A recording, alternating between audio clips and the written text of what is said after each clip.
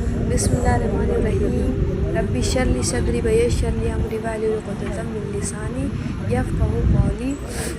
आमीन या रब्बल आलमीन। अम्मा बाद, आज हम बात करेंगे लैलतुल कद्र के बारे में, वो रात जो तुम्हारी ज़िंदगी बदल सकती है।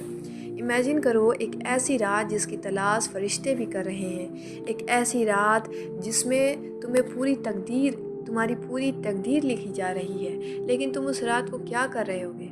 क्या तुम सो रहे होगे, या सोशल मीडिया स्क्रॉल कर रहे होगे, या फिर सच में अल्लाह से वो सब मांग रहे होगे जो तुम्हारी ज़िंदगी बदल सकती है, या अल्लाह से अल्लाह को मांग रहे होगे, क्योंकि जिस इंसान को अल्लाह मिल जाता है फिर उसे कुछ मांगने की ज़रूरत नहीं पड़ती है।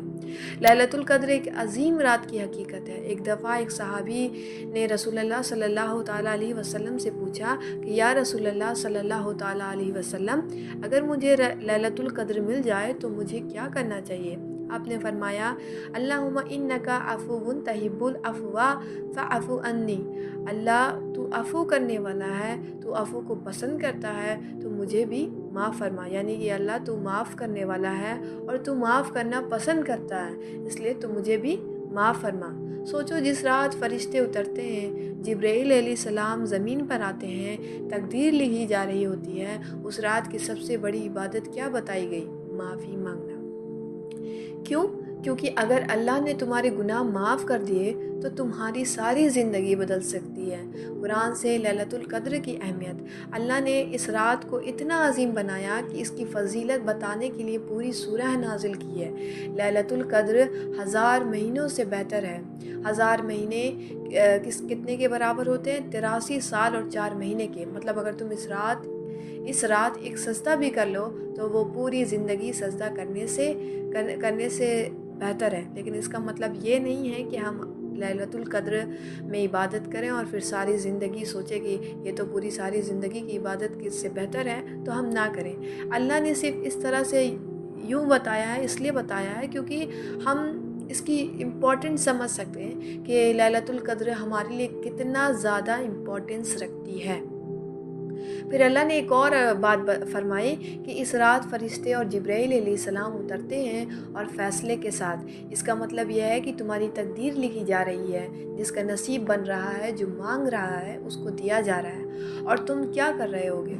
लैलतुल कद्र की तलाश सहाबा का जज्बा ये था कि सहाबा कराम इस रात को कैसे गुजारते थे। इब्न उमर रज़ियल्लाहु ताला अन्हु कहते हैं कि रसूलुल्लाह सल्लल्लाहु ताला अलैहि वसल्लम आखिरी 10 रातों में मस्जिद में एतिकाफ़ करते थे ताकि लैलतुल कद्र हासिल कर सके। आयशा रज़ियल्लाहु ताला अन्हा फरमाती हैं कि जब आखिरी 10 रातें आती तो नबी करीम सल्लल्लाहु ताला अलैहि वसल्लम पूरी रात जाग के इबादत करते थे, घर वालों को भी उठाते थे और अपनी कमर कस लेते थे। ये कौन से हमारे हुज़ूर पाक सल्लल्लाहु ताला अलैहि वसल्लम पहले ही से ही जन्नती थे, लेकिन फिर भी इतनी सारी इबादतें करते थे। जो पहले से ही जन्नती थे लेकिन फिर भी इस रात का एक भी लम्हा ज़ाया नहीं करते थे। और हमें सिर्फ 10 मिनट लगते हैं एक स्टेटस लगाने में, जुमा मुबारक या लैलतुल कद्र मुबारक, लेकिन इबादत का क्या, दुआ का क्या, गुनाह से बचने का क्या? इस रात हम लोगों को क्या करना चाहिए, किस तरीके से गुजारना चाहिए?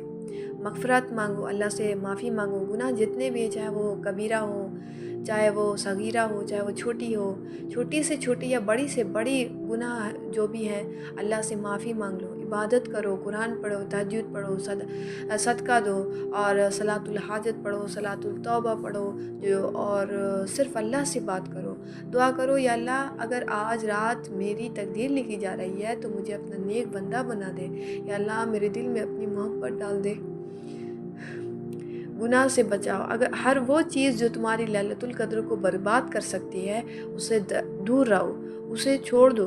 चाहे वो गीबत हो, चाहे वो झूठ हो, चाहे वो किसी भी तरीके का गुनाह हो, उसे छोड़ दो।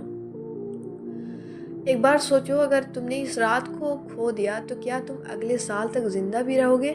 किसी को गारंटी है? नबी करीम सल्लल्लाहु ताला अलैहि वसल्लम ने फरमाया, जिस शख्स को लैलतुल कद्र मिल जाए और फिर भी उसने अपनी मग़फ़िरत ना करवाई तो वो सबसे बड़ा बदनसीब है। सोचो, फरिश्ते तुम्हारे लिए दुआ कर रहे हैं लेकिन तुम रील्स देख रहे हो। जिब्राईल अलैहिस्सलाम ज़मीन पर आए हैं लेकिन तुम टीवी चला रहे हो। और अगर तुम आज नहीं बदले तो फिर कब बदलोगे? اللہ کے فرشتے اس وقت بھی تمہارے آس پاس ہیں۔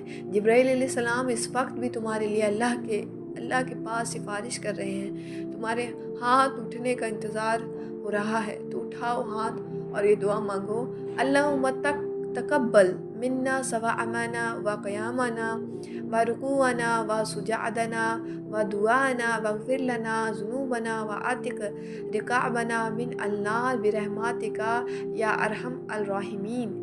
یا اللہ ہمارے روزے، ہماری نماز، ہماری عبادت قبول فرما، ہمارے گناہ معاف کر دے اور ہمیں دوزخ کی آگ سے آزاد فرما۔ تو اگر آپ کو یہ بات سمجھ آئی تو اس ویڈیو کو شیئر کرو تاکہ زیادہ سے زیادہ لوگ اس رات کے فائدہ اٹھا سکیں، اس رات کا مقصد سمجھ سکیں، اس کی امپورٹنس سمجھ سکیں۔ جزاک اللہ خیر۔